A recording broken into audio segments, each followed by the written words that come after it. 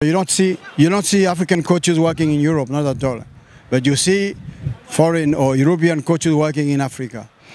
But personally, or as generally, we have always discussed about this thing. Okay? First of all, it has to do with the football people of the country.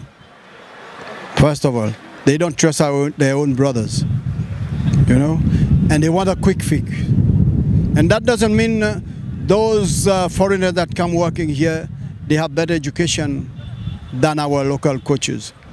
So that is why CAF has introduced this program, different licenses. And it is specified in the coaches convention, who coach who. For example, your national team coach, they should have an A license.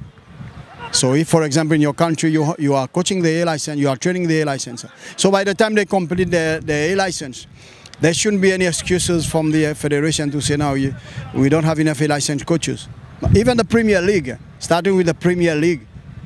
So all the Premier League coaches, according to the coaches convention, club licensing, you should have an A license. So that means maybe at the moment in time you don't have enough A license coaches to coach your Premier League. Okay, and from there also it's specified who coach the national team, an A license the highest.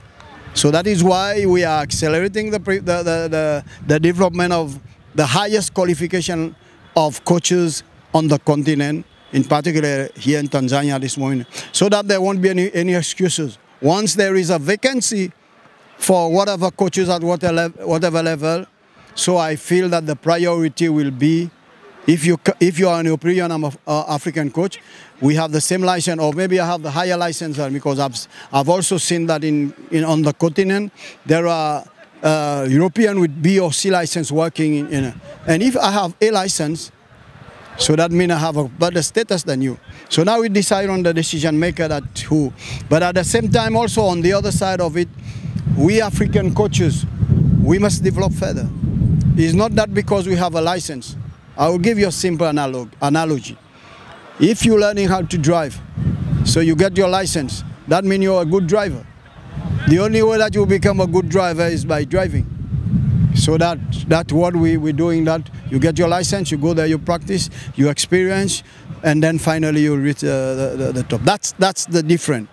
So I hope that from this example that we have here, next time, maybe in a few years' time, we'll see in your Premier League we have your Tanzanian coaches, and also in your national team. So you give them the step to develop. Thank you. What's your name? My name